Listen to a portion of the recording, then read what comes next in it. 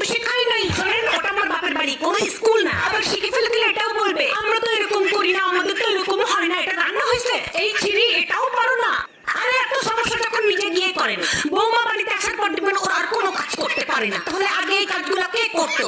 আমি বুঝি না, ওই শাশুড়ি নাকি স্কুলের প্রিন্সিপাল, সবসময় পারমিশন নিতে হবে। May I go to market, may I go to বাপের বাড়ি, ডাব্বে মে ডাব্বা, ডাব্বে মে আলু। সব শাশুড়িগুলোই হয় এক নম্বরের চালু। এরা সবাই ধোয়া তুলসী পাতা, শুধু আমি বিচুটি পাতা। তাই আমাকে দেখলেই ওদের খালি চুলকায়। আমি তো বাড়ির বউ, আমি খাবার কেন হজম করবো? আমি তো শাশুড়ির তেরা কথা হজম করবো। আমার শাশুড়ির চোখের প্রবলেম আছে, আমার ভালো দেখতেই পারে না।